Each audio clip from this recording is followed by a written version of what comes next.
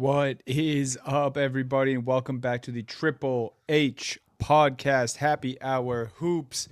Steve is back from NOLA. Jake and I back on the mic. We are doing a Tuesday pod tonight instead of Thursday this week. So thank you all for tuning in a little early with us this week. Lots to get to here. Steve's first time talking Luka since the big trade went down, and a whole bunch more because the NBA just stays bringing the news, stays bringing the drama, and we have all of that. But before we get into that, how we doing, fellas? Feeling good. Feeling good. Been good. It was a great. Listen, Steve, you had a great time in New Orleans. We just I kind of did. talked about that. I had a great Yep. time watching the football game in New Orleans Sunday, and now it is official. The world is set. We got the Larry Ob in the background because eyes are on the prize. The next thing up, we got the Stanley Cup. We got the NBA Finals on our minds. The next two major sports still happen. I don't know which happens first. They're right around the same time, but for the purpose of this show, eyes on the prize. The Larry OB's up next, and have such an interesting race to the NBA Finals this year in both conferences. I'm ready for it. I'm ready for all. Honestly, I'm ready for All-Star Weekend to be over and for us to be like on the road to the playoffs here.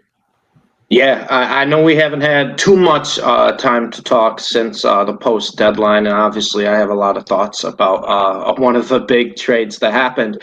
But we'll get to that later.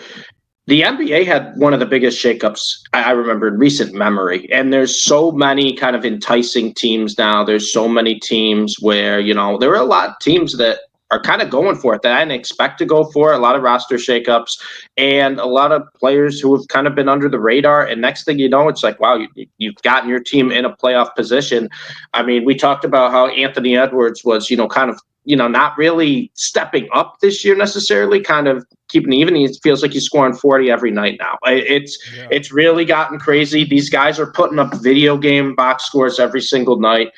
And I'm excited to see how this playoff race kind of lines up because unlike last year where I kind of felt pretty good about who was coming out of both conferences. I know last year I was dead set Celtics in the East, and the West was for me Thunder or Mavs until the Mavs made the deal, and then I was like, all right, I'm going in on the Mavs. I feel like it's kind of wide open in almost both conferences where if you asked me last year, I think I would have been able to pick one team from each and be like, I guarantee at least one of these teams is going to be there. This year, I don't feel as confident. And I think that speaks volumes for how much talent is in the NBA right now. And not only that, just how up and down some of these teams have been playing, where it's like one week you're like, oh, this is by far the best team in the league or in the conference. And then the next week you're like, whoa, like look what the Nuggets are doing right now, for example, something like that. So I'm excited. I can just give you one guarantee that the Mavericks will not be one of those teams that will be there at the end of the conference. We'll get to that because we got a lot of other stuff to talk about. Yeah, we sure do. I like that. I always enjoy talking about the talent that we have in this league, and just how incredible it is on a night-to-night basis. Like I tweeted from our account earlier this morning, three guys just had the most casual 40-point games you'll see on just a Monday night in the NBA. Yeah.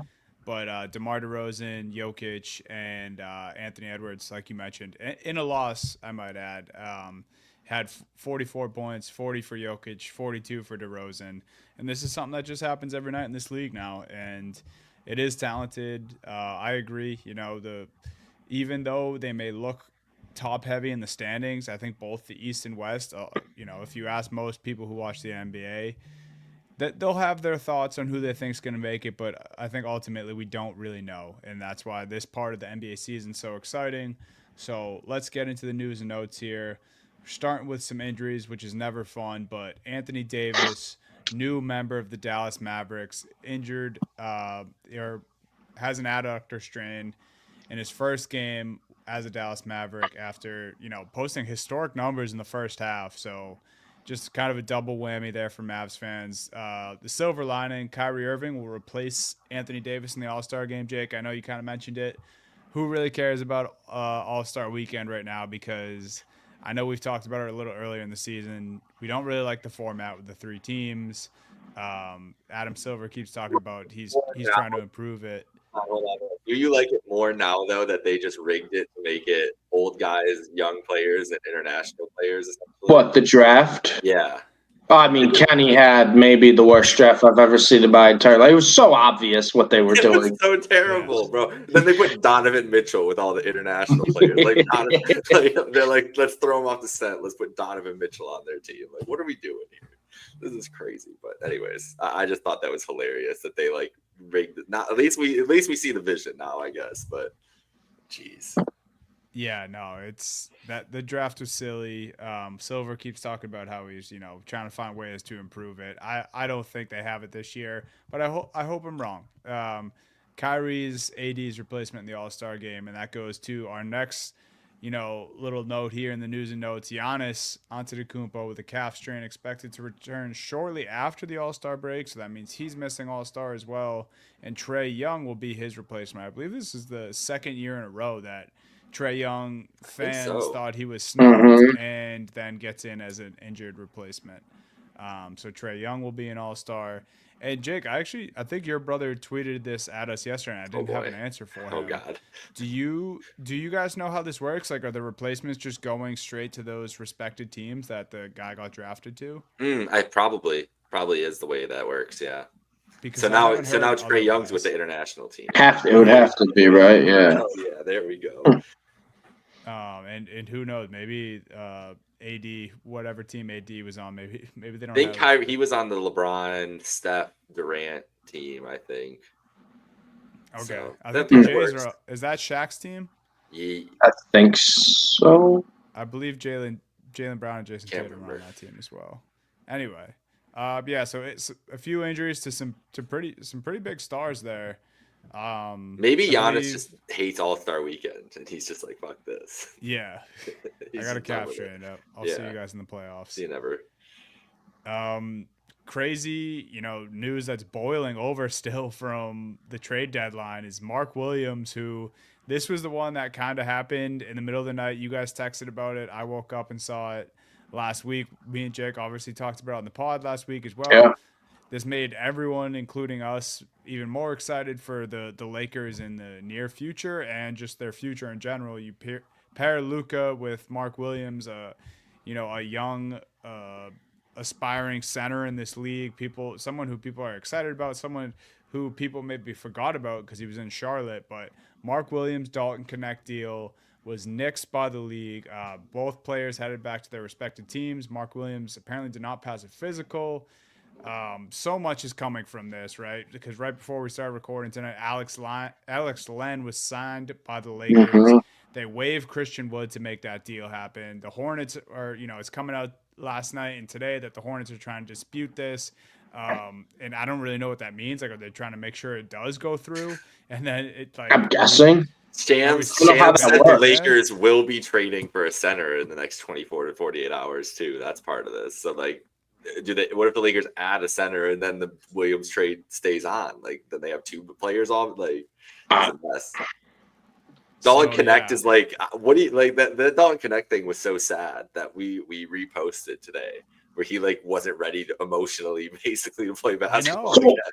Like, that's fun. Poor kid, I don't, dude. Like, I get it. He was drafted by the Lakers. He's traded in this deal. But if you're Dalton Connect, you got to think like if they needed size.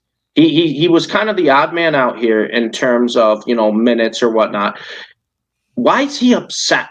Because I get it. Like, he has to understand that like they needed to send value for Mark Williams. So like he's valuable. Like, he's clearly valuable. He's clearly a good player. He's clearly talented.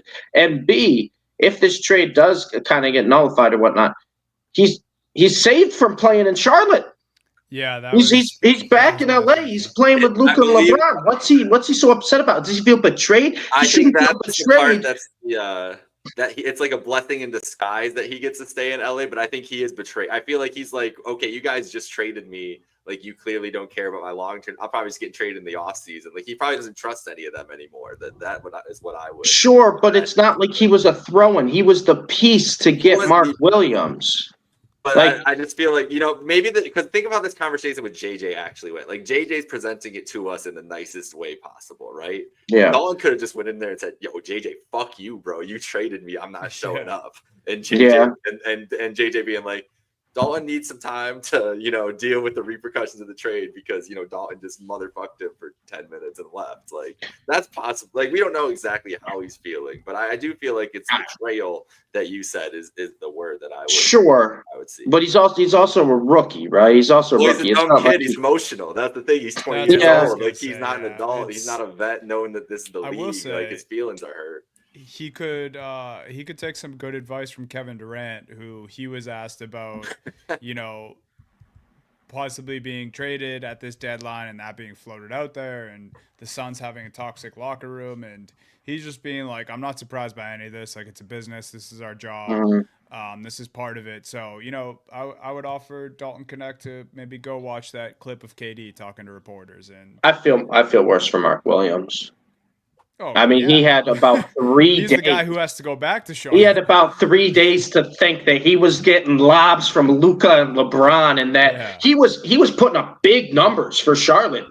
Probably the month or two before this deal happened, where it's kind of almost like, not that the work paid off, but like, hey, I got noticed, right? It was all these kind of centers' names were floating of all they want to get kind of a elite rim protector. They want to get a center to add on to this, deal to have with Luka for the future. And they go ahead and they get the guy who's younger than most of the rookies in the NBA this year, a guy who has the tallest standing vertical in the NBA, or standing reach in the NBA, ahead of Victor Wembanyama, and a guy who was going for playing in Charlotte and having a chance to play with LeBron and Luka. And I think enough time had passed, right, where it finally, like, probably, stuff takes time to set in, right? When something happens, something big happens, usually takes you a day or two to process. Well, a day or two went by. He probably in his head already convinced himself, hey, I'm moving from Charlotte to LA. I'm playing with LeBron James and Luka Doncic, and I'm going from bottom of the Eastern Conference to a chance to win a championship. And now he's back in Charlotte. Yeah. That's a terrible switch up. That's a tough I would much worse than Dalton Connect in my mind. Boo-hoo, Dalton Connect. You're a rookie. You've been in the league for 4 months. You've barely had a cup of coffee in the National Basketball Association. All right, boo-hoo. You're still in LA. You're on a great team. Stop it. Stop your complaining. Stop your whining. Mark Williams should be the one upset. Nah, bro. They're definitely, if this trade's actually back, Dalton's getting moved for whatever center they trade for at this point. Probably. We just don't have a deal ready at this point. Yeah. Is this true, Steve? Oh, no, I haven't purchased any Lakers merch yet, but I gotta say, Luka looks good in yellow. And the only other thing I'll say, before I dive into Luka, because we gotta get through the news and notes. I will be professional here. News and notes are on the screen. The Luka Puka jersey swap. I'll tell you what. After the game last night, that moves you. Luka Puka jersey swap. I was like, oh man, that's a tough one to be like, I hate the Lakers. I'll tell you what. Buddy, this is your worst nightmare playing out in front of you on this podcast. I just hope you know that. You know that. It's my worst nightmare. Everyone I care about in sports is going to LA. What is this? What is it? Yeah, Kelsey Plum traded to the Sparks. Move to LA, bro. What do you mean? LA. I was in LA for 4 months. I hate it. The traffic stinks. It just stinks. Everything stinks about LA. Everything's overpriced. You can't afford to live there. And everyone I love in sports is going to LA. Oh, good. By the way, just breaking news for the pod here. Daniel Gafford reevaluated 2 weeks with a knee sprain. So shout out, Mavs. Yeah. No big men right now who are healthy. No one. I think Stephen A. said this on ESPN today. He said the Mavs went from having 3 centers to none in like a 2-week span. Do you know how bad it is for the Mavs right now? That Powell can't even play because he's hurt. No, that's how they can't even put Dwight out. We can't even get Powell minutes. Only hope, bro. We can't even get Powell minutes. It's that bad. They're gonna bring back Tyson Chandler or what? Bring him. JaVale McGee, let's get him. Oh, it's just terrible. Someone else. The fact that the Lakers signed Alex Len. That's today crazy. They're down bad for a big. I was gonna say the signers that are about to get signed for this stretch run are gonna be guys we haven't thought about for at least 5 years. Because Alex Len's a guy I haven't thought about for at least a lot of DeMarcus Cousins, a lot of Dwight Howard's mixed in here. How's Dwight looking in Taiwan? How's he looking? In shape? He says like once every couple weeks that he could be playing big man right now. Okay. So, yeah. I remember him saying that for the Thunder last year for their playoff run. Anyway, someone else who's heading to LA is Ben Simmons because he was bought out by the Nets and he signs with the Los Angeles Clippers. He said it was easy decision. He said, Ty Lue was transparent with him about what he thought he was able to do on the basketball court. And I don't know. I was kind of surprised there was a market at Jake. I saw your Cavs were interested. Yeah. I was so mad. When I saw the Cavs were interested, then the gears got turning in my head. I'm like, should the Celtics be looking at this as a buyout option? Just to No. The Cavs. If the Cavs, you know how angry I would have been coming in guns ablazing if the Cavs signed Ben Simmons. My one friend sent me a text saying he can focus on defense, whatever. I said Ben Simmons can focus on passing the water down to Don on the bench. That's what he could focus on if he was a Cav. I mean, Ben Simmons chose LA because he wants to fucking live in LA. He does not need LA. He doesn't care about playing. Yeah, he don't care what Ty Lue said to him. He said, I can live in Los Angeles. He gets 3 minutes a night of the Clippers. He's happy. Is he gonna play a game? Yeah. Like what? He's got no pressure now, too, right? He can just do whatever he wants. Him and Kawhi, I can collect my game checks on the bench in LA instead of Brooklyn. Okay. Yeah, exactly. This team, that's what the Clippers do. They're like, yo, stars, come to LA. You don't have to play basketball. We'll just pay you. It's great. And Kawhi, James Harden, and Ben Simmons are like, sure. Sounds good. Steve Ballmer told Ben Simmons about the wall, and he just he had to get there. But Ben Simmons is a Clipper, so we'll see. Him and Kawhi will be passing heating pads and ice pads back and forth to each other on the bench. Brandon Ingram has not played a minute or scored a basket for the Raptors, yet he signs a 3-year deal worth $120 million. I believe he has a player option in year 2. And Shams kind of was on ESPN today saying that Brandon Ingram is a guy that the Raptors wanted to go out and get. They wanted a guy who can bring more scoring to this team, and they locked him up as soon as he got here. So I don't know. Shout out BI. Yeah. A team that's kind of believing in him. We didn't really have that with the Pels, considering the last 2 or 3 years he was in all the trade rumors. Before that, obviously, we know it didn't work out with the Lakers. When he was younger, and now he has a new team alongside Scotty Barnes. So probably the 2 pillars of their future there. I will give him that with Ingram because Steve, last week we were talking about this trade for Toronto, saying that was like a 2K team just doing fine trades for everybody and getting stars. Yeah. That's what it feels like. But I will say Toronto is at least what you just said, Dunny, a stable organization that has shown they will invest and be able to build somewhat of a contender with stars of this caliber. Like think of DeRozan and Lowry, like Scotty Barnes and Brandon Ingram and RJ Barrett could be Grady Dick. They could be that, and Grady Dick. Yeah, Grady Dick's pretty damn good too. Like Manuel they have a good core right now. I don't know if it's a team that's going to win the title, but is it a team that can compete towards the top of the East? Like, if you're the Raptors organization, are you thinking you're going to win titles every year? No, you're hoping you win one title every 10 years and that you're competitive in Toronto. Like, it's hard to get people to come play in Toronto and want to play there. You just the money situation is the hardest thing. So I love this, that they're just investing in this core and just kind of going with it. Because I think that's how you win nowadays in the NBA. You find 3 good players, pay them a lot of money for a long time, and hope that they figure it out together. Yeah, I didn't really understand the deal when it happened, but you look at the Raptors roster, and obviously the record's been terrible this year. They've dealt with a lot of injuries too. But you look at their roster, and this is a team that can fight. They can be a little feisty. Like they got guys, they got talent, and they're young. So I mean, I don't hate it. Ingram's still only 27 years old. We're talking about Brandon Ingram, especially it felt like he just aged on the Pelicans, where it's like 31, 32. He's still 27.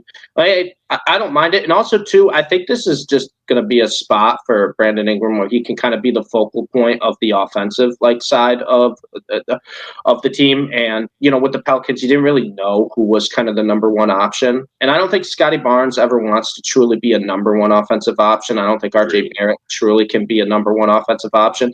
I think this is a deal where we can look next year and we could just be checking the Raptors stats in January and be like, oh, Brandon Ingram's averaging 28 a game. It just feels like he could just kind of be a bucket now with other guys around him. And so, hey, I mean, if you signed the extension already, it means he's happy. He wanted out of New Orleans. That was clear. Yeah. And I don't really get that, Brandon, because I was there for a week. The food's pretty damn good. I understand now with Zion. I'm a complete agree. I am 100% on Zion's side. I understand it. If you want to get in shape, you got to get out of New Orleans. That food was unbelievable. That food was incredible. But hey, you know what? If he wants to go to Toronto over New Orleans, so be it. So be it. I wouldn't choose that, Brandon. But hey, maybe you're right. He just wants kind of a stable organization. And, this is a team that's got a good enough youngish core that, he can work with and see what happens. Yeah. Shout out BI. We got his deal. Last piece of news here. Joel Embiid could need another surgery on his knee. Guys, I said it when we were talking about the teams that were most fucked, to put it eloquently. A couple weeks ago, we had those 5 teams that Jake brought up. Who was the most fucked? I said I thought Philly was near the top of that list because I thought Joel Embiid is nearly untradeable. And Brian Windhorst went on ESPN and said that exact statement today. Joel Embiid at the moment is untradeable. The process is dead. I just don't know where Philly turns from here. Daryl Morey keeps tripling down. I can't even get these words out because of how crazy Philly's situation is. On Joel Embiid being their future, and still happy about the Paul George signing, and building around Embiid still. I don't understand it, and it's probably because like what Wendy said, what I said. I don't think Embiid's tradable. I mean, if this guy needs another surgery on his knee, this was a completely lost season, which it was already looking like anyway. But the bottom of the East is so bad that they still actually have a chance to make it in the play-in. But, I mean, at this rate, I just think the process is dead. Yeah. I mean, I got nothing nice to say about Philly 76ers, but congrats on the Eagles for winning the Super Bowl. That's about all I'll say about Philly that's nice. You pretty much in agreement there, Jake? Yeah, Joel, it's done. I don't know what they're going to do. His extension hasn't even kicked in yet. Mavs might trade for him. Maybe they need someone, who can be durable and be on the court. They do want to win now. Yeah, they do want to win now. Yeah, well, let's trade for a big who gets hurt all the time. Brilliant. Shaq's conditioning is through the roof, though. Anyway, you guys ready for the next section here? Luka's Laker debut was last night. 14 points, 5 rebounds, 4 assists. Not the best numbers, obviously struggled shooting. I think that was to be expected, though. You're on ice for that long. Come back from an injury. He's dealing with everything else off the court emotionally. Still was a plus 15 in the plus-minus category. And the Lakers got a pretty easy win against a struggling Utah Jazz team. It was cool. I bet Luka's points, so that was tough. But I also was all over LeBron's points, rebounds, and assists separately. Hit a couple of those there because LeBron had a very nice, efficient 24, 7, and 8. Lakers looked good. It was fun. Yeah. It looked like great vibes. And I think this is something we can expect, is just these guys meshing together as these games go on, as the season goes on, and it looks pretty fun out there. Yeah, it was buzzing. It was buzzing in there. Everyone was there. It felt like a regular season game that felt more important than a regular season game. I mean, this is exactly what the NBA wants when ratings are down, right? They want the Lakers where everyone's like, I want to watch the Lakers. I want to go out of my way to watch the Lakers. I apologize to the Utah Jazz because Luka should have played probably Saturday, should have been the debut, but they're like, oh, Monday night, prime time, no more football. Everyone's got to watch something, right? I mean, LeBron knows exactly what he's doing. The NBA knows what they're doing. So you flex the game there. The poor Utah Jazz got to be on TV just getting their ass kicked. Donnie, I mean, I know you were on the props. You should have just taken Lakers first half spread, Lakers full game spread. I mean, I think it was 7.5 first half spread, which I thought was crazy. I think 12 is what the line closed at for full game spread. But this was just kind of the classic of going through the motions, kind of almost like the teaser, showing people what you're going to potentially see with this Lakers team. A couple flashy passes there, a couple unnecessary flashy passes from both LeBron and Luka. They did connect on one of the full court passes, which is fun. You got the photo of Luka smiling as he passed it to LeBron. You had Luka do the most unnecessary behind the back pass to Rui that I've ever seen, where he's looking at him. Could have been just an easy bounce pass. He just does the behind the back pass. Rui gets fouled going up for the shot. But it was just, I guess, kind of a little teaser of things to come, and it was strange because I don't know, and maybe Jake, you could correct me on this because you've been a Cavs fan your entire life. When has LeBron not been the last one announced in a starting lineup? Oh, never. I don't think that's ever happened. Did LeBron get announced before Luka? And the way they reacted, it was wild. It was surreal. Like I said, guys, this past week of everything I've done, it feels like it happened a month ago when this trade came out and I doom scrolled online trying to fall asleep before a 4 a.m. flight. Got no sleep that night. No surprise there. Thanks, Shams, for that one. But it feels like it happened so long ago, and then I actually see them on the court together. I have my thoughts on the actual trade itself, but in terms of just the non-biased basketball fan, and I think we can all be in agreement to this, it was just awesome. And it's just incredible to see LeBron James and Luka on the court together wearing the same jersey, something I don't think we ever thought we'd see. Definitely not. No, yeah, I never imagined this in a million years. That's the thing. We talked about that a lot last week too, Steve. Like, that's the thing that's so shocking about this is when we talked about, I feel like we had a conversation on this show before about like players we would want to see together and brought those two up and we were like, oh my God, like if Luka and LeBron ever somehow got together, like they're just such geniuses. It could never happen, but if it happened, whatever. Right. And like, that's why it's so wild. Like, you mentioned all the great moments last night. You did really well, like just putting that into perspective, the different like showmanship things that were happening. Like Luka understood the assignment that it's showtime. Like it's the Showtime Lakers. This is Hollywood, all the stars out, as you're saying, everything else. Maybe a little bit too much, but he gets the role he's in now. You know what I mean? Like he fully understands the moment, everything else. LeBron's definitely, even in Miami, came out after. You know what? I believe Dwayne Wade came out last in Miami. Did he? Cleveland. Okay. I wasn't sure. Yeah, I don't think he took that from Dwayne Wade, but I think he was second to last. Yeah, if I remember correctly, I think D Wade still got it. I think D Wade. Even with his like Heat debut, like first year he's there, it was always Wade last. I think Wade would get the last because Wade was like, the guy just still there. If I remember correctly, I think they would go Bosh, Bron, Wade. Okay, all right, that makes sense. But like I said, not so far in LA last. Right, this is the first time in LA for sure, and it's definitely LeBron's own passive aggressive way of showing like, nah, this is his show, bro. I'll ride his coattails, dude. A couple more if I can. Like, I don't care. I saw some tweet last night, like, Bron's about to play till he's 50 now. I never seen him pass like this. Like his career is extended. He's not slowing down. He's not slowing down, and whatever exit plan he had was tied to the fact that AD was like getting older.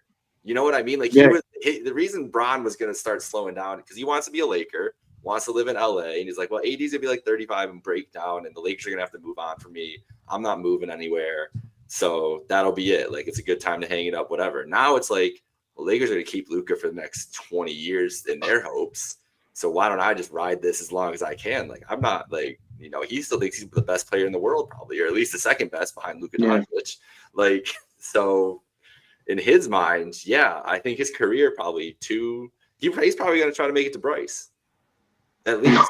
And that's 3 years. That's 3 years of basketball for LeBron. Yeah. If I see the LeBron family tree on the court at the same time,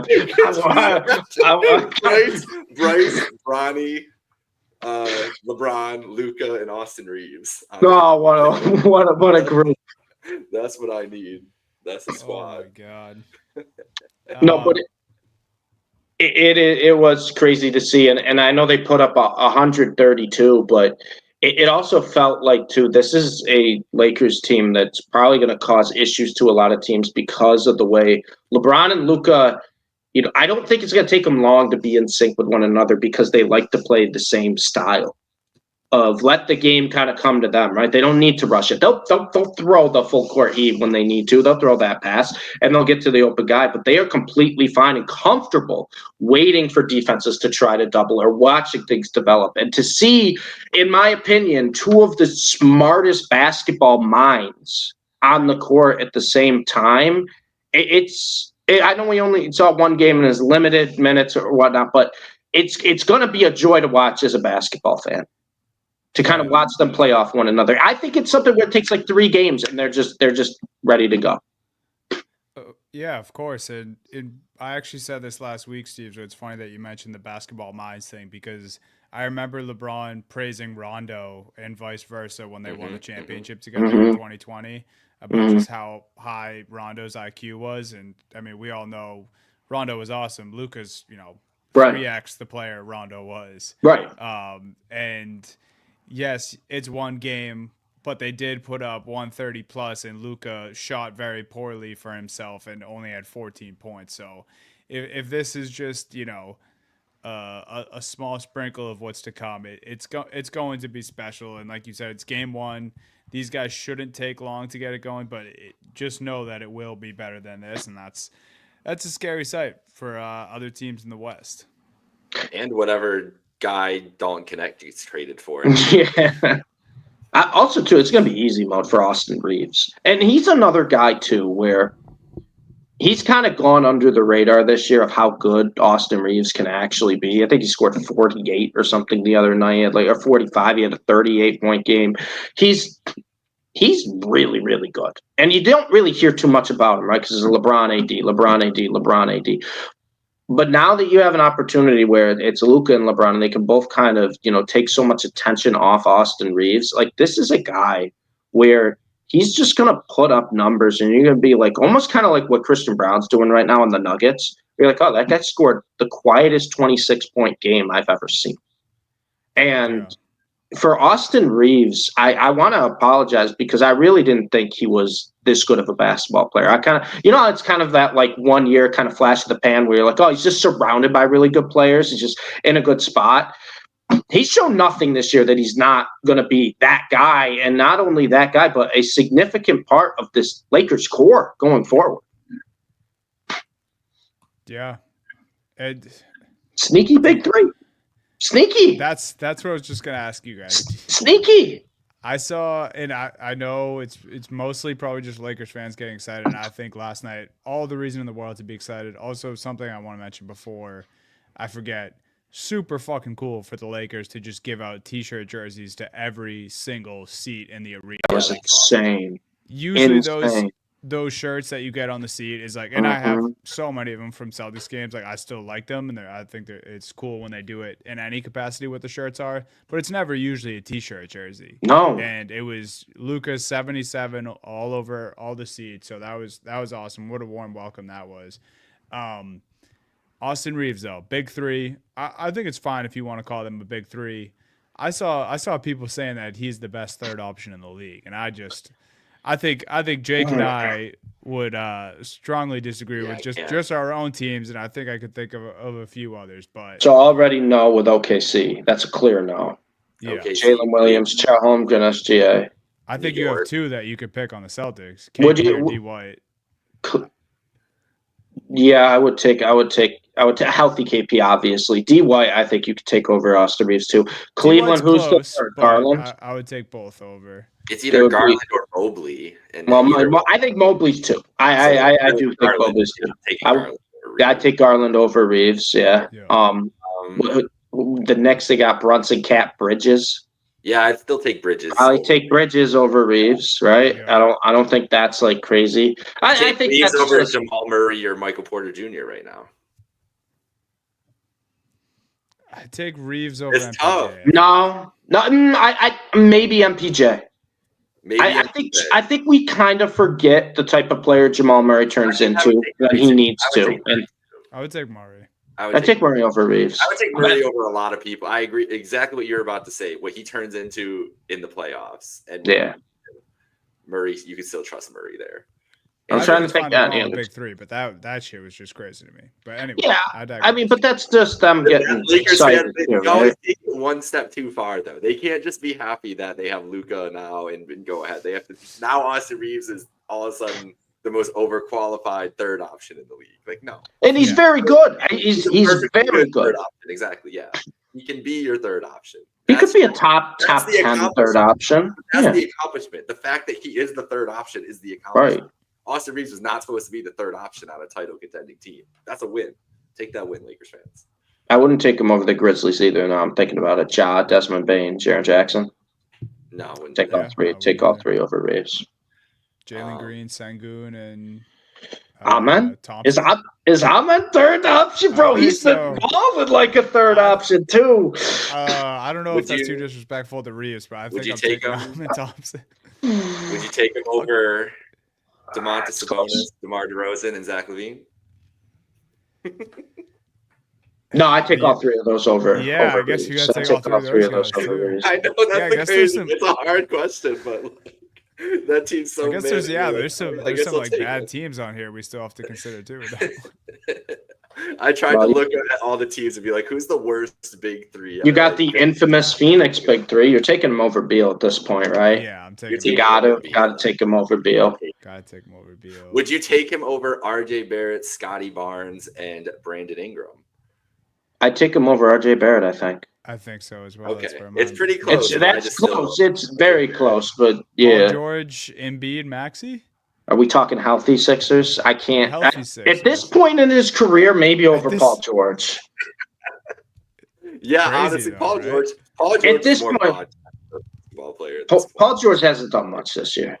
Yeah. At this point, why would you? If Embiid's not going to play, if you're Paul George, I'm not playing. I'm here because of you, big bro. Like, if you're not playing, I'm not playing. Jimmy, you ready for Draymond?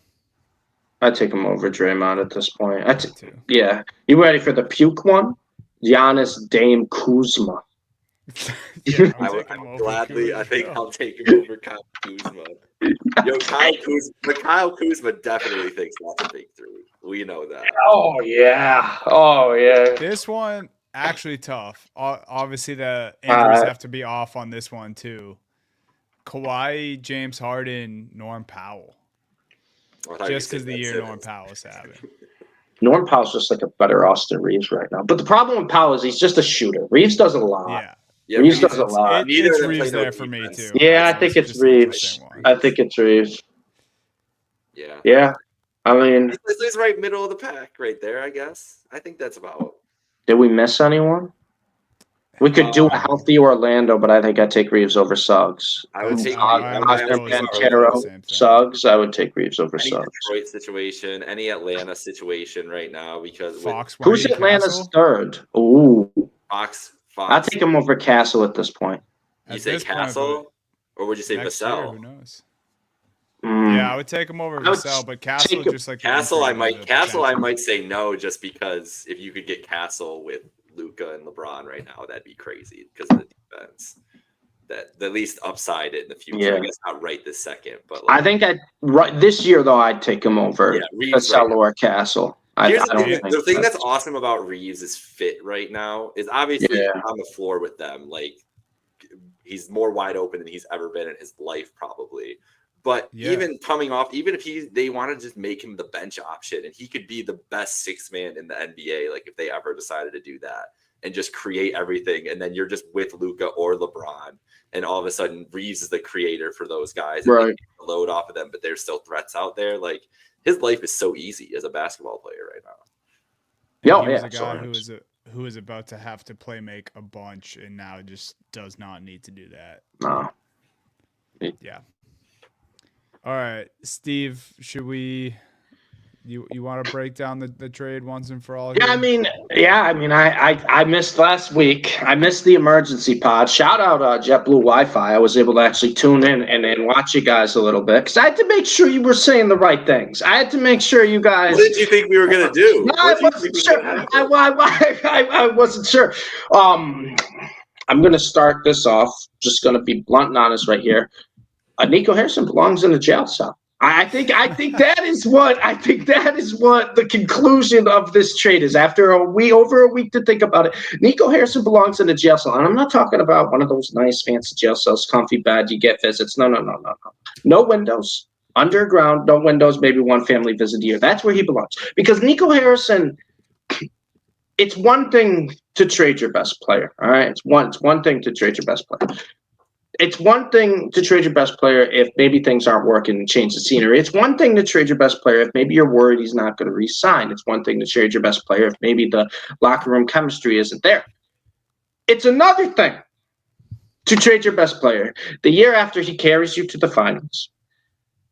The same season where he said he's been nothing but wanting to re-sign, nothing but just wanting to be loyal to the franchise, where the locker room loves him, and you made trades in the past 2 seasons to build around this guy. And it's another thing to trade him, and this would be like, that's maybe reasonable if he's like 32. No, he's 25. It's another thing to do this in the middle of the night behind everyone's back, to where right now the only teams that have been reported that the Mavs have contacted besides the Lakers were the Milwaukee Bucks, allegedly, where they wanted Giannis. And apparently today it came out that they contacted the Minnesota Timberwolves too, which I asked you, Nico Harrison, did you watch that playoff series? Because you clearly don't know what you're doing. If you watch that playoff series, you go, you know what, I want to swap Anthony Edwards for Luka Doncic.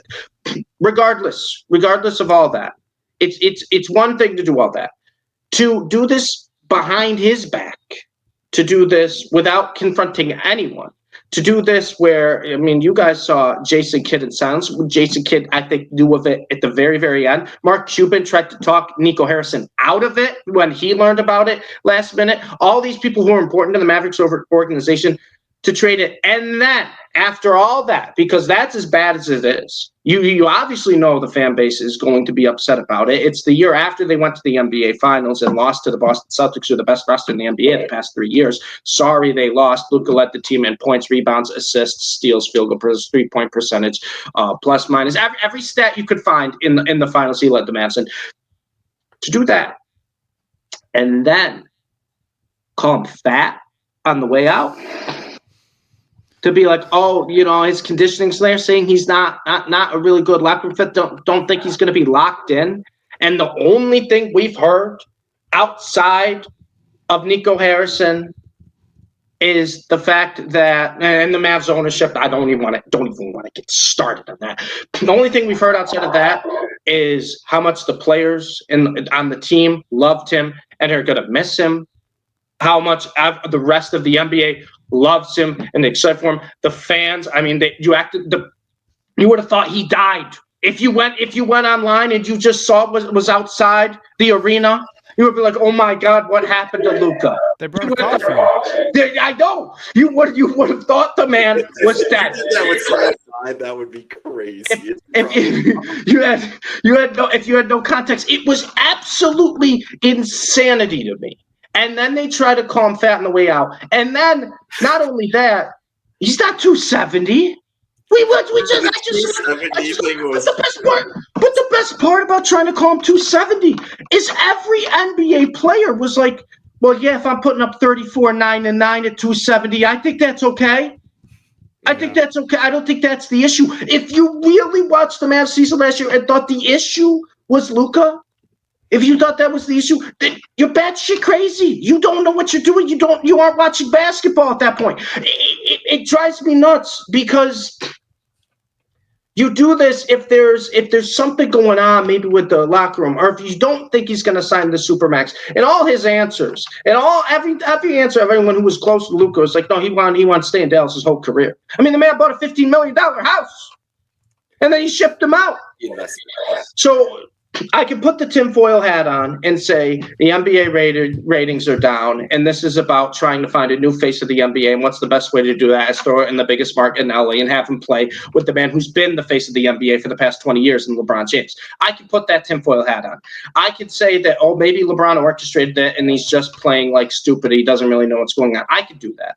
But at the same time, too, even if that's what's happened here, and even if there's something that happened behind the scenes with Luka, with the ownership, with Nico Harrison, whatever, even if that happens, the way that this happened, the way they went about this, just in the middle of the night, kind of just, he had no idea what's going on. LeBron claims he had no idea what's going on. LeBron, you always know what's going on. They don't give me that. No other teams really had no idea what was going on. Majority of like other reporters thought Shams got hacked when he reported it. Like the way it went was so fishy to me. It was like either Luka did something to the ownership or Nico where they were like, no, we can't have that here. It can't just be about conditioning. And it also can't just be about on-court performance. They're going, we want to win now. Buddy, they went to the NBA Finals last year. I don't want to just keep bringing up Giannis's quote, but it makes sense where it's like that only one team can win the championship every year. Just because you lost doesn't mean you failed. I mean, we're talking about a Mavs team where he carried playoff teams with Reggie Bullock in the starting lineup. Shout out Reggie. Dwight Powell. What are we talking about? You finally got the pieces around him. You got PJ Washington, you got Gafford, and you went from a team that maybe wasn't even going to make the playoffs last year to that being the third best team in the NBA post-trade deadline last year. Then you bring in Quentin Grimes. By the way, sorry, Quentin Grimes. I don't know what they're doing trading you for Martin, and now you got to go rot in Philly. But enjoy Philly, man. Enjoy that experience. But regardless, you get him, you get Najee Marshall, things are working. Derek Lively looks like a home run draft pick. And then you trade him away. First off, you didn't just alienate the fan base. You alienated the players you brought in to build around Luka Doncic. Secondly, you know that guy who's pretty good at basketball, going to be a Hall of Famer that has been under his best behavior in Dallas, who absolutely loves it there? You stabbed him in the back. You think he's going to resign? You want to go in win now mode? This is your idea for win now mode? And the fact that you're like, oh, we need kind of more durability. We want to go win now. You traded for a guy who's always hurt. So Nico Harrison, like I said, I know Donnie's familiar with it. Anyone's familiar with Barstool Sports, when Dave Portnoy, when any of his enemies get in trouble or get fired or whatnot, he pops a bottle of champagne. And I will have one waiting for the day Nico Harrison either is in jail or he's fired, or something happens where it is bad to be Nico Harrison, because I am counting down the days till that happens. Now, after all that fallout, I had to sit on this on a 4-hour flight at 6 a.m. when I'm trying to go to the Super Bowl, and I got to get my mind on there and what I'm going to ask these athletes, what I'm going to say here. I had to be like, oh, my God, Luka left the Mavs. I had to sit on that. I had to sit on it for a week after. And, yeah, I got asked a lot of questions of my thoughts on there. But after all that, if I could put all that aside and my hate for Nico Harrison and my hate for the Mavs organization and everything. Oh, by the way, just real quick. Dirk was at the Lakers game last night, not the Mavs game. Not the man. Mavs played last night. Dirk went and sat with Luka's family for his debut. Kyrie Irving talked about how he can't wait to see his hermano at the All-Star break and their families can get together because their friendship is beyond basketball. So great job, Mavs, on that end. No, you got rid of the locker room cancer. Idiots. But regardless, after sitting on it for over a week and being able to think about it, number one, first off and foremost, I will not root for the Mavs to succeed until Nico Harrison has nothing to do with that team. I don't want him to get any type of credit. Okay, hold on. All right. I'm going to stop you here, Steve. I'm going to stop you here. because I agree with you. Nico is a major part of this problem. But you touched on it one thing, and you didn't want to jump on it a lot, but you have to jump on it more. You have to take a stand against this man. Whoever that fucking guy is, Patrick Dumont. Yes, Dumont. I can't stand it. Air today in his face. And I hate him. Saw that he took over his family business, and it has lost like $7 billion in capital since he took over. Until that guy is gone, Steve. All right. So Dumont is so bad, I don't even want to mention his name. Like, I think that's how mad I hate him. And the comments he said about Luka too, I don't even want to mention that man's name. That guy, but I cannot. And the problem is there's so many guys I love on the Mavs, and obviously like the connection Luka and Kyrie had, and the excitement I had for Mavs basketball. I've told you guys this off the pod. I've said this on the pod before, but I was always a guy who didn't really have a team, right? I had players I liked growing up as a kid. Kobe, Shaq, Kevin Durant, Steph Curry, Yao Ming, Tracy McGrady, just a bunch of players that I just loved watching basketball. I just always loved watching basketball, but I never truly had a team. And then Luka's rookie year, I watched like the first couple games of him. I was like, oh my God, like, this guy is a joy to watch play basketball. I've never seen someone kind of play basketball the way he plays. I was like, I'm just going to adopt his team. He's a rookie. I loved Dirk before. I obviously rooted for that Mavs team because they played LeBron, and I was an anti-LeBron guy for years. So I was like, I'm just going to dead set. We're going for the Mavs. And then the past, 3-4 years, I've watched 90% of Mavs games. I've tried to be locked in as many Mavs games as I can. Fell in love with all the players, everything they were doing. So this felt like an ultimate stab in the back. But that's me. The Mavs, the diehard Mavs fans, the ones who have been there for years. I'm talking about like the 50-year-olds. I'm talking about the ones who have been there before Dirk. The Mavs were one of the most loyal organizations left in the NBA, in the four major sports. And they got an absolute gift, right? Going from Dirk to Luka. I mean, they played a season together. You got an absolute gift. And to throw that away, it alienated the fan base to a point where Nico Harrison had to hire private security at his home. Mm-hmm. See, worried they were going to do something. So I feel bad for them in a sense. Now, me, I'm mad. I'm upset. I really wanted to say, like, I don't have any joy with the Mavs anymore. I tried to watch the game last night before the Lakers game. I couldn't get it. You turn it on. Next thing I know, I see Gafford in the middle of the floor holding his knee. I was like, oh, that's fantastic. Just another one to the tally. And he's a guy, you guys know how much I wanted him at the deadline. He was a guy I love. So I don't even have joy trying to watch their games anymore. I don't want to root against them because, like I said, there's so many players I've grown to love from watching over the years. And I feel so bad for them. The way the players reacted, the way Luka has been talking to those players, I feel so bad. The basketball fan of me, like I say, it was surreal seeing Luka and LeBron on the court at the same time. And I'm actually very excited for basketball to see what him and LeBron can do together. But this is a trade where it shook up the league so much. And in the week of the Super Bowl, it had everyone talking about basketball. I mean, shout out NBA. They just know how to do it. They just know how to always be in the media, always be in the news, right? So give them credit there. It feels like this was almost like a league orchestrated move where they were like, we want Luka in Los Angeles. Like, that's kind of how they picked this. This is going to be the next face of the NBA. He's got the personality, right? He has kind of the highlight reel type of plays. He's a guy I don't think you're worried about getting into trouble. He's expressive on the court, and that's something that you really need to be if you want to be, a face of a league. I think hockey has a real problem with that, Jake, right, is because most of the guys are kind of more quieter guys, not as expressive personalities. And Luka he checks all the boxes to be a face of the league. And I would have loved it to be in Dallas, but, Los Angeles is where the lights are the brightest, and a chance to play with the guy who's been the face of basketball. There's people, across the world who probably couldn't even name 4 NBA teams, but they could be like, oh, I know LeBron James, right? That's how big LeBron is. LeBron has become bigger than basketball. He's gone bigger than really sports in general at this point. So I get it for that. As a basketball fan, it's incredible to see.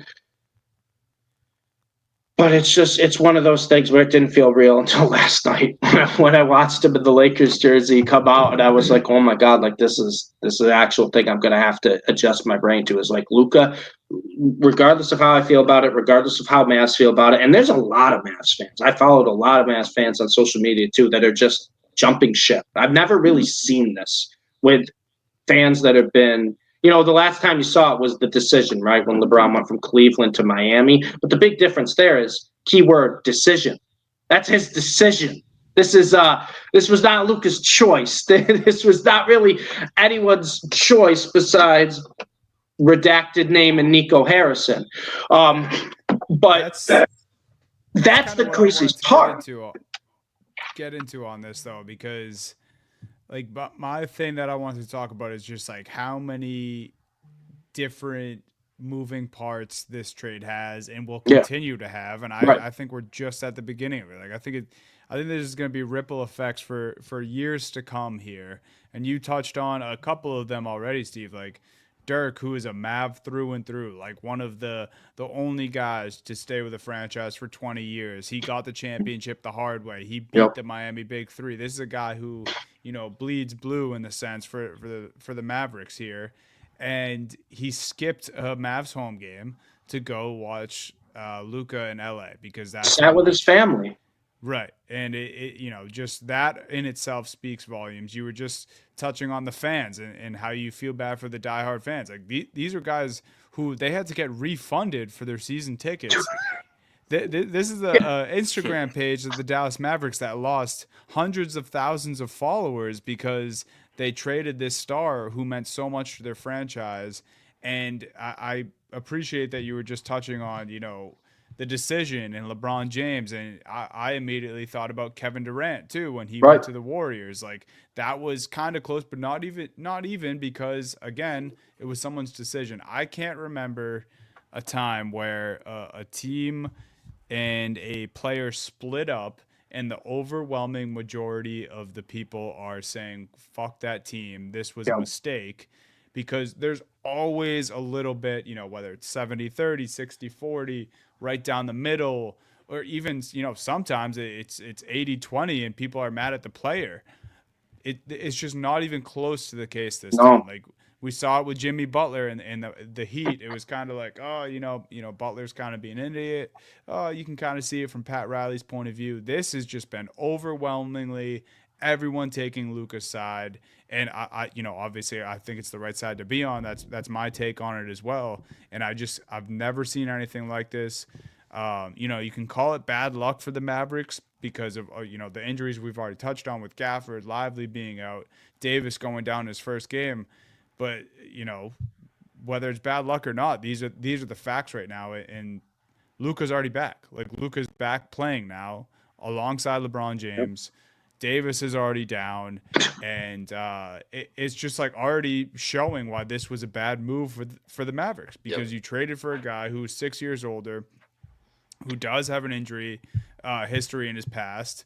And, I think the thing that not enough people are talking about, I think this, will come out too, is Kyrie Irving was finally fucking happy.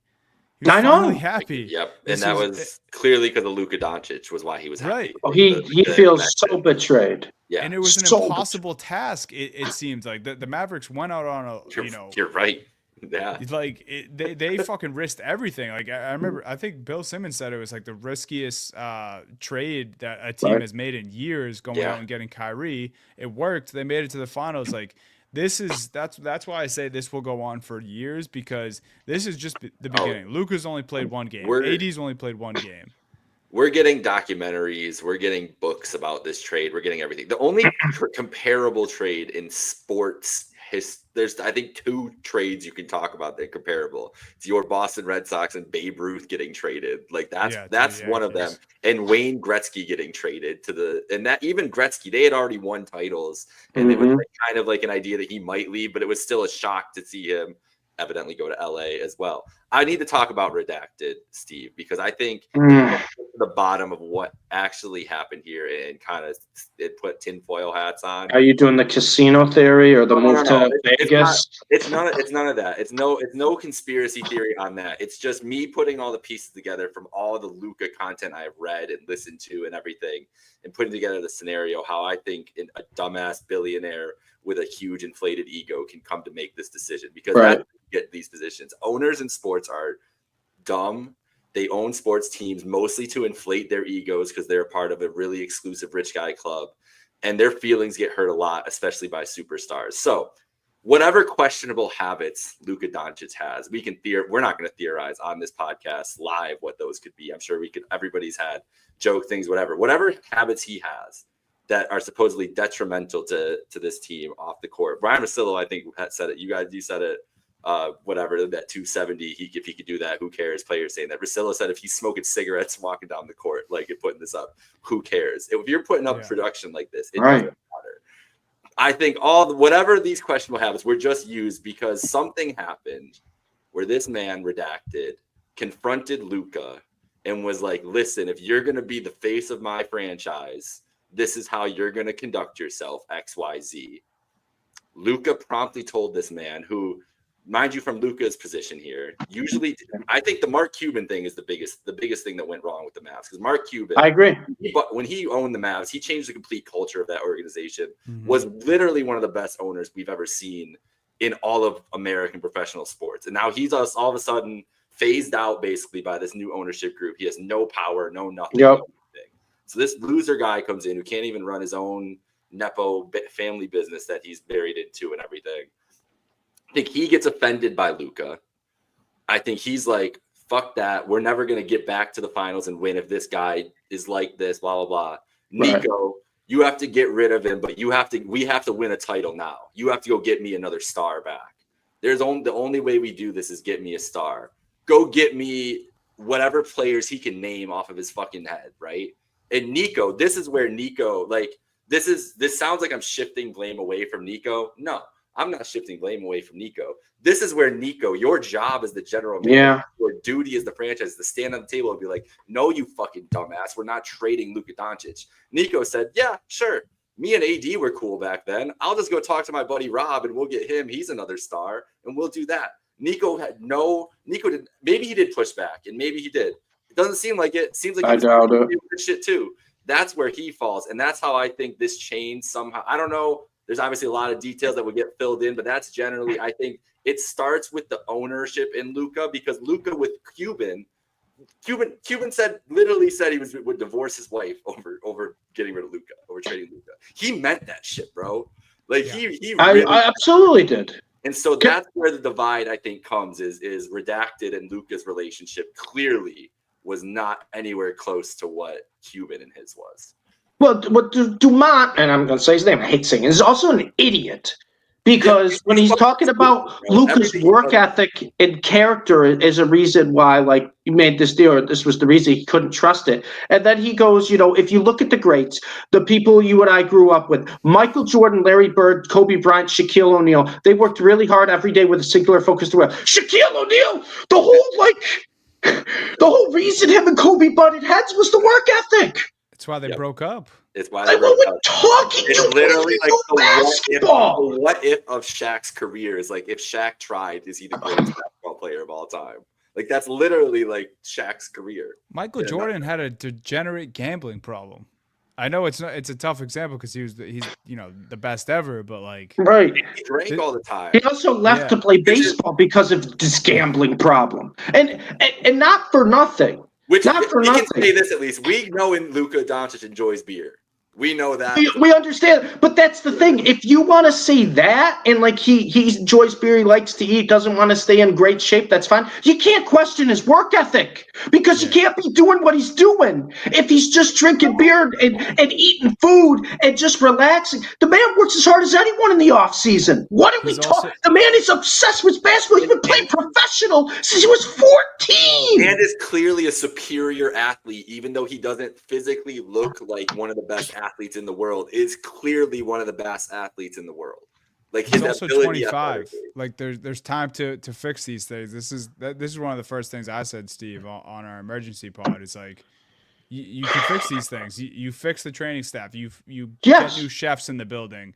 You take all the beer out of the stadium when Luka's there. If that's what you have to do before you trade this man, Getting a like lot of it's comedy from this other fan. What you don't even need to fix. That's a problem. It's like, yes, you can fix those things, Dunny, but nobody's being like, that's a deal breaker. He went 34-9-9 last year. That's my He was point. the reason they got to the finals. He was the reason the Mavs were a relevant team his entire career, and not for nothing. When you look at all the basketball greats, the guys who are anti-Luka is the idiot Dumont, Windhorse, Harrison. I don't care about them. LeBron loves him, praises him. Kobe loved him. Like these guys, Michael Jordan, like Allen Iverson, they have nothing but good things to say about this guy. And I don't even want to bring it up, but we're talking about a 6'7" chubby European. You think those guys wouldn't say that if they didn't truly believe it? Steve, that's very important to bring up. Like Luka has made it through the culture and is like culturally accepted by everybody. Exactly. He is a one name. He is a one name person in American culture. You can say Luka, and Right. normal people are gonna know who he is, and now they really are gonna fucking know who he is because he's on the Lakers and he's just one of the craziest trades of all time. It's insane. So Mark Cuban sold his minority stake November 2023. So this means that this group came in during the middle of last season. They played through that whole season. Fractures probably started during the season, but then they made the moves. They start making a run. Luka's happy. They make the run, get to the finals. You lose the finals. All that shit that happened starts to come back out. And it just has to percolate over the summer to get to this point. How can you watch the playoffs last year and be like, that guy's the issue? That's the one preventing us from winning now. Do you think he sat up there and was like, do you think he sat up there and was like, if this motherfucker was 215, we'd be winning this game right now? No, how? Jake, just give me one answer. Get your brain in redacted in Nico Harrison's mind and tell me how you can watch the playoffs last year and be like, that man is the reason that we need to figure out how to win now. That's the reason we couldn't beat Boston. You want to know how? What is it called? We're talking about Boston. We're not talking about like some slump team. We're talking about Boston. One of the most stacked rosters in the past 20 years. Do you want to know how I would do that?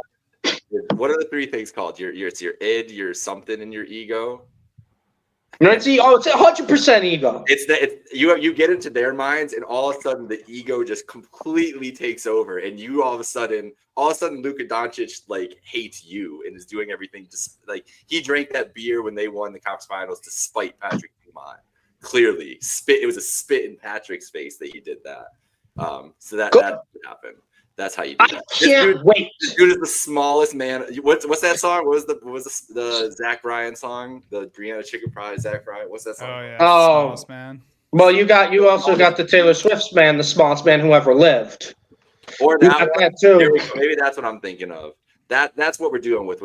Can we get a picture of this? Can I get a picture of him? I'm sorry, Steve, but I saw this picture today, and everything made sense. Like all this sense of clarity over this situation came up. I gotta find it. It's just, and Dunny's gonna hate this. Dunny's gonna hate this more than anyone now because I cannot wait for the Lakers to win a championship. I cannot wait for them to have to face that. For Dumont and Harrison to have to eat their words and watch Luka drink all the beer he wants with confetti raining down on him as he's an NBA champion. I cannot wait. I can't stand this guy. I'm done.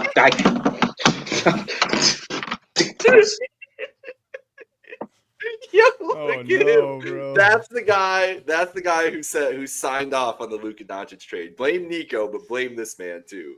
Don't forget his name. We need his name to be etched into history. I think he got his weight mixed up with Luka's weight. Maybe that. Do you think like that's what I mean? Like all his insecurities, he just put on to Luka. He's like, Dumont's Luka, you're too fat, bro. actually 270.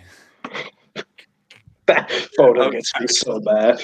I can't stand that, man. I saw that picture today, and I'm like, of course this dude did this. He needs to be in the other jail cell next to Nico, but no windows. They can't talk to each other. These walls are soundproof. One visit a year from family. One. If there's one thing we learned, these two should not collaborate. They should not make any decisions together about anything. I also too, and this is like I said, this feels so weird because I'm almost rooting on the Mavs' downfall at this point because of how everything happened.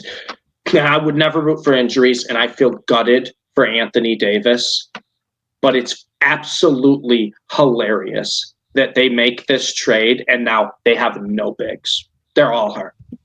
They have no bigs. They're all hurt. And you know what? And I can't wait to. And I can't wait to when Kyrie walks this year and picks where he wants to go. I am so excited for Kyrie to go where he wants.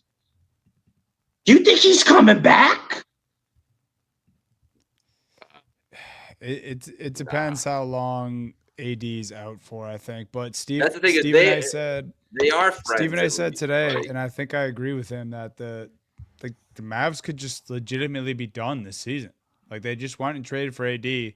Depending on how this goes, depending on how Lively's reevaluation goes, depending on Gafford, like they could legitimately be done this season. Look at this. I know. Spurs are the 12th seed right now. They're 23 and 28.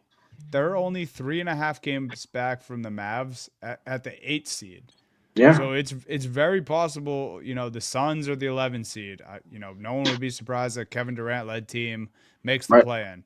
The Warriors are the 10th seed. Kings are in there. They got DeRozan and Levine back together. We don't know that could easily be a team that falls out.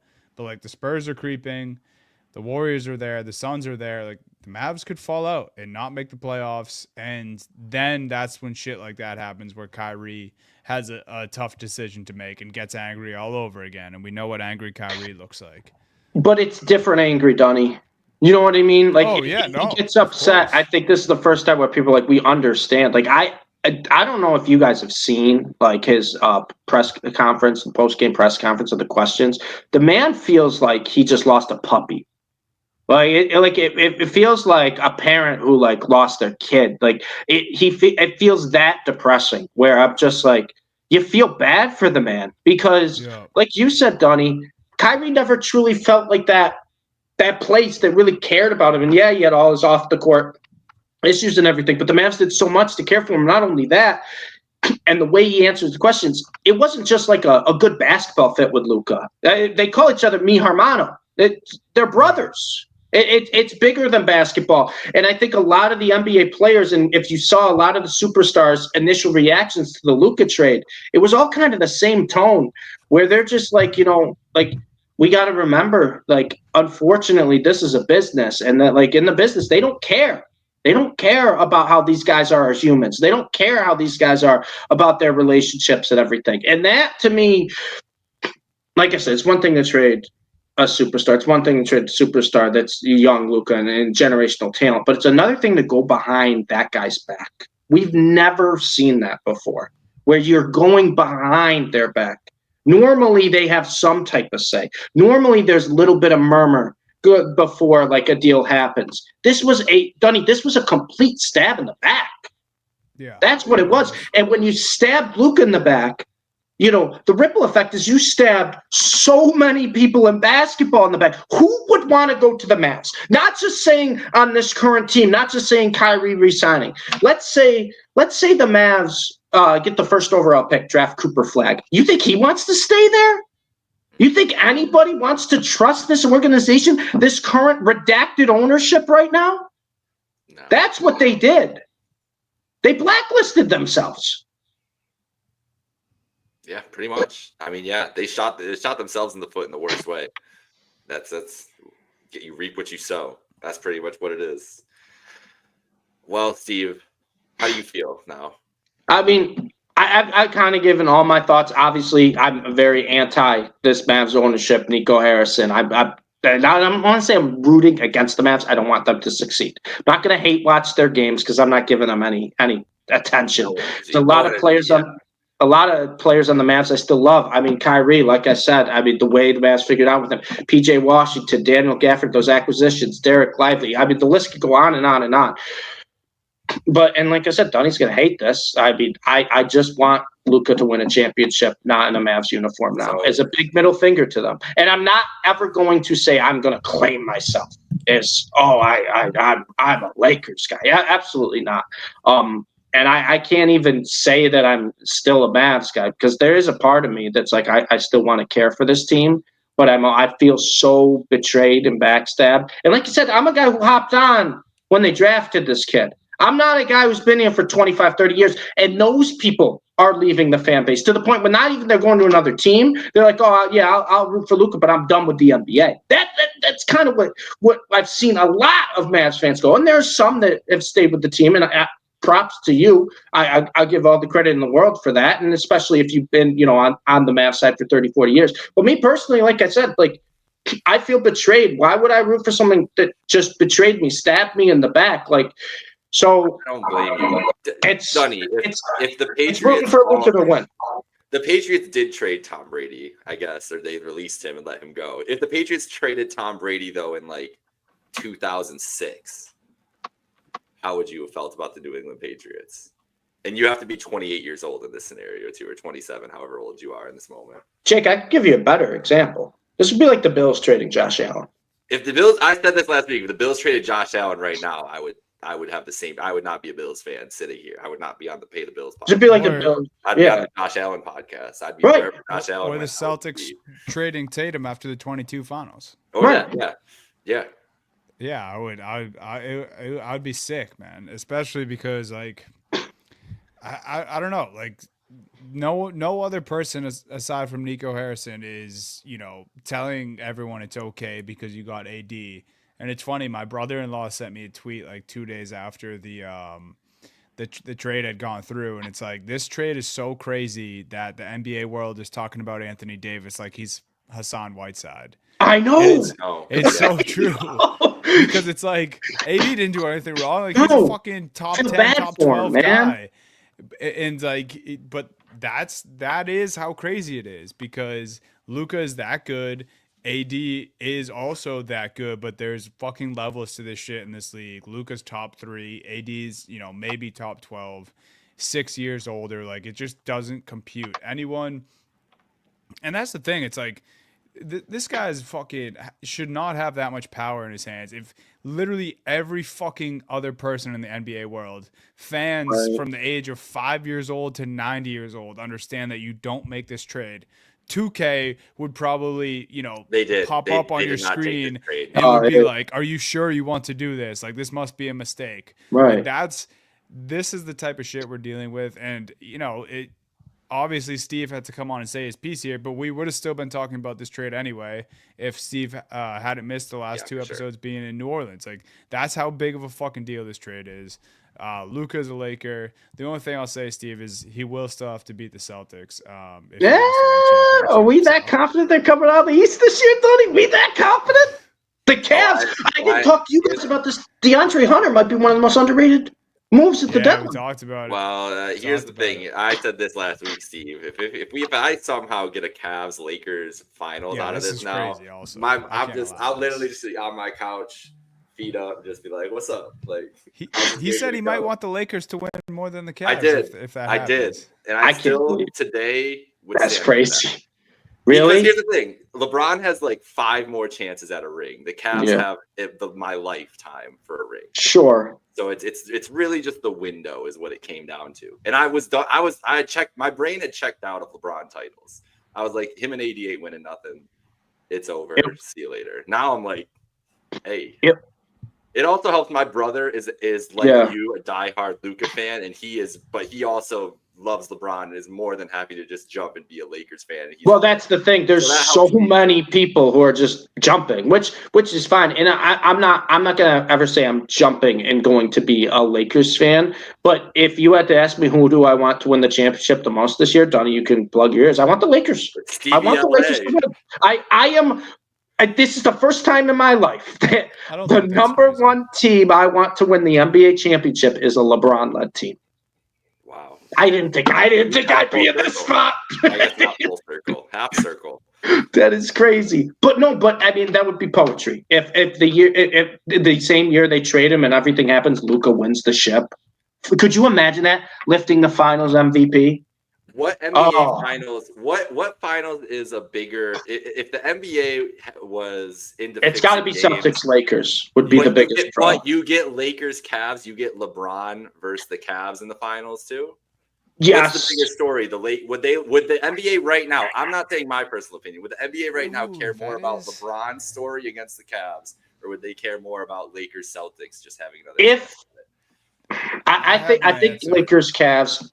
Or Lakers Celtics, because Celtics are the defending champs. The Lakers Celtics is that historic rivalry, and Lakers Cavs almost feels like if LeBron's riding off into the sunset. And I think everyone's under the impression that now that they got Luka, he wants to play a few more years. So it doesn't feel like that. Feels like almost the end of the storybook, right? LeBron Cavs finals. I think Lakers Celtics the Celtics have been the best roster in the NBA for 3-4 years at this point. The Lakers just got the guy who was, they just acquired the guy who played the Celtics last year in the finals. I know, they want to become the next face of the NBA, and now he's playing alongside LeBron, who's been the face of the NBA in the NBA's most historic rivalry. I think that finals, if it was Celtics Lakers, would shatter ratings records. And that's exactly what Adam Silver would want. How do you save the NBA? That right there. Yeah, I think it has to be that, just because this rivalry, has kind of been dead since Kobe, Paul Pierce. And getting a LeBron rendition to the rivalry would. He's got to be involved in all of them. Because you have the LeBron Celtics, you have the Lakers Celtics, you have the Luka Celtics. And not only did the Celtics win the championship last year, but they're one up on the Lakers now. So if the Lakers were going into this, they could tie for most championships yet again. All right, 6. So we can do Lakers Celtics this year. Lakers get the win. Then we do Lakers Cavs next year. Cavs get the win. What's up? Listen, to be honest, though, the Bills are going to lose in the AFC Championship game every year. I'll take my NBA titles that I can. This is why Adam Silver's just fucking seeing what sticks, what he's throwing at the wall for the All-Star game, because he's fucking got this in his back pocket. Yeah, bro. A Lakers Celtics. I do agree. A Lakers Celtics finals in this moment would be the biggest NBA finals ever, like TV wise, ratings wise, anything.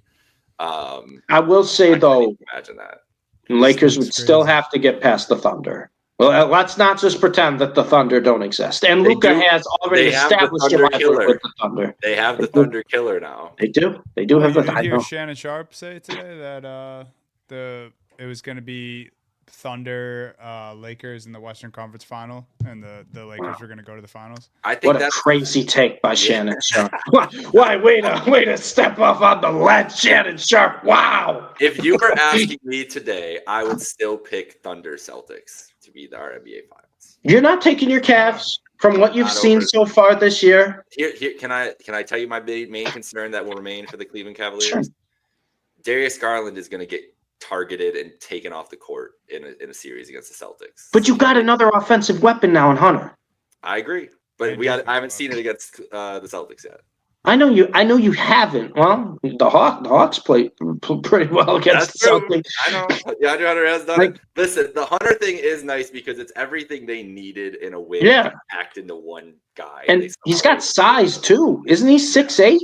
He's like 6'8", yeah. Yeah. He was playing some 4 the other night. Last night too, next to Mobley and Allen, and they fucking cooked last night. That team came out flying. Mobley's so good this year. But Boston still scares me though, because Boston can match everything they can do, and even with Hunter, Tatum and Brown just defensively. It's really the Garland thing worries me a lot. I don't know if Garland can be on the floor, and I don't know if they're at their best when Garland's not on the floor. I agree with that, but you're really not picking the Cavs right now. No, I'm still picking Celtics. I told Johnny that last week. Celtics Thunder. Okay. Yeah. Just in case the casuals aren't paying attention to, this is the time of year where Horford, Hauser, and all the other role players are just fully on. Yeah, they're in the cryo chamber right now, loading up an All-Star weekend, and then Hauser went 5 of 8 from 3 I was last just night. Horford had 16 and 10. Peyton Pritchard had 10 rebounds. So Peyton Pritchard's so fun to watch, man. He's so I know it sounds like a broken record every time we bring up his name, but he's a joy to watch. It's awesome. Tatum's been doing his thing, but yeah, dude, I need the ECF Cavs Celtics because we were kind of robbed of what that series even looked like last year because of the injuries. Cavs, Celtics, and Lakers Thunder would move me. I would be. Oh, that's the NBA's dream Final Four right there. That's our dream. I think that's everybody's dream, except Knicks. I mean, they would be happy if the Knicks are involved, though. If the Knicks are involved, you get to just jump on the New York momentum and go. Probably Knicks Boston, right? Just because of the market. The Cavs are going to be the one that get fucked out of here, as if they have the choice. They'd be like, we don't care about you in Cleveland. Right. Okay, see you later. Like they're pissed that Celtics Knicks series is going to be 2-3 at this moment. I'm sure. They're going to try to. We can't put the Cavs, even though it's Eastern Conference Finals on NBA TV. Cavs, you sure you don't want to pick somebody? You want to pick to play somebody? We'll let you do anybody. You know what's terrifying is we got the best player in the NBA just flying under the radar on the Nuggets, while they're one of the hottest teams in the NBA right now. And that's what we're all aligned. I think that the Nuggets are still the biggest threat to Oklahoma City, even if we're excited about the Lakers right now. Right. But that's the thing. No one's talking about the Nuggets. And also, too, Dunny, I know we talked about the Celtics, but it feels like for a defending champ with the roster they have, they're kind of flying under the radar, too. Everyone's talking about the Thunder, the Cavs. Obviously, the Lakers made big splashes, and the Celtics are just the same team as last year. It's just because right around Christmas and into the new year, they had like that weird slump where they went 4-4 in those 8 games. Drew's been banged up here and there, but yeah, I like the spot the Celtics are in. No, I would love it. I think you're in a good spot. Should we spin the wheel? The win. Yes. Oh, go ahead. Just last thing while you're pulling it up, the win in MSG against the Knicks down 2 starters the other night when Tatum had 40. That was like, okay, everything's all right now. Mm-hmm. No, they were waiting for February to really start turning up. I think that was the smart thing to do. Like you're not a team that they could have won 70 games this year. I'm sure they're not a team that needs to. That's what scares me, Steve. This is a battle-tested team. Yeah, you're right. Been through the wars. We'll see. Philly's fucking 20 and 32. Jesus. 20 and 32 is crazy. New Orleans is 12 and 41. Can you imagine that roster coming into this year being like, they'll be 12 and 41? I was thinking about that today. Imagine they get Cooper Flag. Just the Dookie, Zion and Cooper Flag. Well, I told you, Dunny. After being in New Orleans for a week, they got to get Zion out of there. There's going to be the wheel. Shout out the wheel. There's no way. There's no way. That is unbelievable. The wheel. If you're just listening, you're not watching on YouTube or Twitter or anything right now, or X, excuse me. We spun the wheel as we were saying the New Orleans Pelicans. It landed on the New Orleans Pelicans. That's scary. And this is good because I almost pivoted to this as my 3 big thing. Yeah, just the fact that I looked at the record and their percentage chance to get the number 1 pick today and saw that, they have the second highest odds to get the number 1 pick. Like this team could be adding Cooper Flag. Yeah, they could be adding Cooper Flag, and like I said, like the Zion weight, I get it. Zion Gumbo's good. Gumbo is really, really good. Like I get it, Zion. But if we're talking about this Pelicans team, 12 and 41 is crazy. When you look at that record, you almost think like, oh, this is a team that's kind of in trouble. Well, they've dealt with a lot of injuries this year. That's first. Brandon Ingram's gone, so now you kind of focus on the core you have. We talked about DeJounte Murray. We talked about McCollum. We talked about Zion. A guy who hasn't been talked about at all, who scored multiple 40-point games, who is one of my favorite young players in basketball. We've talked about him. Trey Murphy, man, is turning into a star. Trey Murphy is turning into a star before our eyes. He's 6'8". He's a stretch wing. The man can shoot. The man can play D. He's got a giant wingspan, and he is an absolute bucket. And if you're talking about Dunny, a guy who kind of plays similar to him in college, who can be the number one pick with Cooper Flagg. I mean, if you're looking at the Pelicans, and if they do get the number one pick, and they do get Cooper Flagg, to pair with Trey Murphy, and we'll see what they do with the guard situation with DeJounte Murray and McCollum, see what they do there. They don't even have to commit to Zion. No. They could try to get a package for Zion or something like that. The future's actually kind of bright in New Orleans. I love Herb Jones too, but Trey Murphy, we talked about kind of Jalen Johnson. We talked about Peyton Pritchard. We brought up a lot of names, DeAndre Hunter, as names of most improved player of the year. Trey Murphy might just run away with it. The dude's averaging 22 points now, 5 rebounds, 3 assists, shooting 47% from the floor. He's shooting well from 3. This is a guy who's an absolute bucket, and he's playing his best basketball currently. I'm going real quick through his game log for you guys, just points alone. Trey Murphy, 23, 20, 25, 41, 40, 32. And then, 14, 16, 22, 24, 19, 24, 32, 30, 22, 17, 34. This guy's scoring like a superstar. Yeah. He's averaging almost 27 points a game the past 2 months. Yeah. And it's just not a peep out of him because the Pelicans are 12-41. Yeah, and he's and that's what's tough because it's not like they're at least a middling team. Like they're that bad. And obviously it's because of, the way their season started with all the injuries. But just, looking at a box score for a guy like that is just it's not doing it justice. Like he's a guy who he has the Ant Edwards confidence and energy when you watch him play. He put a 40 piece on the defending champs, the Boston Celtics, and I was obviously watching that game closely. And it was fucking frustrating because you're like, all right, we should smoke this Pelicans team, but a guy like that keeps them in it, and he should be more of their future plans than Zion. Obviously, they're probably going to get a top 5 pick here. Whether it's Dylan Harper, they want to pair an explosive guard with a guy like this. If they don't decide to go Flagg, or if they don't get the number 1 pick, that's not a bad option either. So yeah, it's tough. I think I wouldn't be surprised if it would suck for Murray, but I wouldn't be surprised if they move off DeJounte Murray, even though he just got there. And I don't know if they were just saying this to say this, but they said CJ and Zion were untouchables at the trade deadline. So maybe they keep those 2 guys and try to work around the other things. But CJ just doesn't fit the timeline for this team with his age. He's 33. CJ doesn't really fit the timeline. Trey Murphy's 24. He's 24 years old. Like I said, 6'8", athletic freak. He was a guy who was in the dunk contest.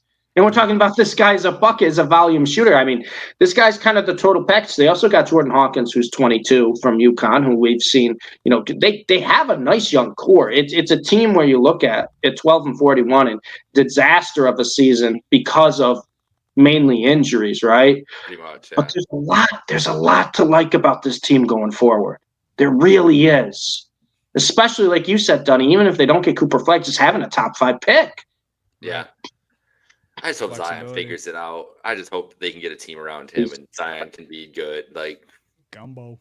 Well, that's another thing. Zion's also 24. He's still super young. I know, exactly. He's still super young. That's why it's just still time. Turn it around, man. You can have a nice late bloom and have a nice career.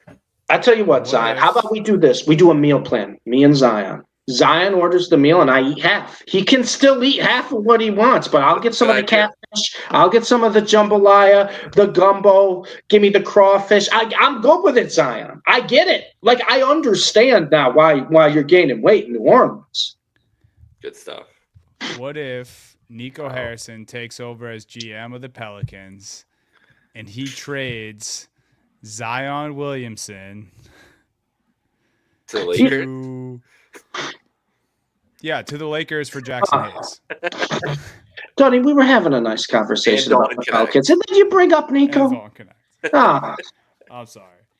I had to do it. I just thought of Zion overweight getting traded for pennies on the dollar. That's crazy, right? Crazy. The wheel is... The wheel's back. Wheel was on it. What was the wheel last week? What I missed the wheel go for? No, we saved it for you. We saved it. Yeah. We all knew. That's why I think, I think we obeyed saving it for you, and then it was like, all right, fucking right on cue. Here, He's talking about the team you just Pelicans. talked Let about. him keep going. Crazy. Love you, Will. Great episode, guys. Yeah, good stuff. Steve, I'm glad you finally got to get that all off your chest. It was over. Yeah. Yeah, same. Yeah, let's hope Now you're a that's the Lakers last fan, big so rant. this is new world for you. That's the thing too, right? It's like you guys know I'm a Rams fan. You know I love Kelsey Plum. Of course, Kelsey Plum goes to the Sparks. And then last night, you got to pull at my heartstrings. The guy I did content with at New Orleans, you're doing a Luka jersey swap. I was like, I'm locked in. I'm locked in. I don't have a choice. Dunny's shaking his head. I don't care. Go LA. Dodgers. Go Lakers. Dodgers, Kings. Dodgers just the MLB get a salary cap. I'm tired of it. Like, there's a lot of players I like on the Dodgers, but so still Cardinals. Stay with the Cardinals. Yeah, we're Cardinals. We're Cardinals. Cardinals are just what Kings? You can even go Ducks. No, I'm a Sharks guy. I'm a Sharks guy. Remember? I'm a Sharks guy. Sharks. Oh my God, maybe the worst team I ever. Cardinals, Rams, Lakers. That's not a bad mix. I know. I'm a Cali guy now. I hate it. I hate it so much. But Crazy like that Luka jersey swap, I was like, you got to be kidding me. Really? That's all you need. That's all I need. That's all I needed. And I'm like, all right, I'm in. I'm in. Let's go win a ship, boys. I believe it is March 8th. Lakers at Celtics. Saturday night basketball on ABC. Oh. Yeah. That'll be good. Good stuff. Good stuff. Is that telling you where that game is, Jake? In Boston. Might be hitting the piggy bank up for that one. Oh, I knew it. I think you should. How much do you think tickets would be for that? That's got to be. I'll look right now. I know. I've been thinking about it for Lakers at Bulls, and that even in itself is like $150 right now. Mm-hmm. See the Lakers coming into town. Let's see, March 8th, Lakers price low to high. Yeah, 366 is the cheapest on the TD Garden. That's only going to go up too. That's crazy. That's gonna need a bigger piggy playoff bank. Atmosphere.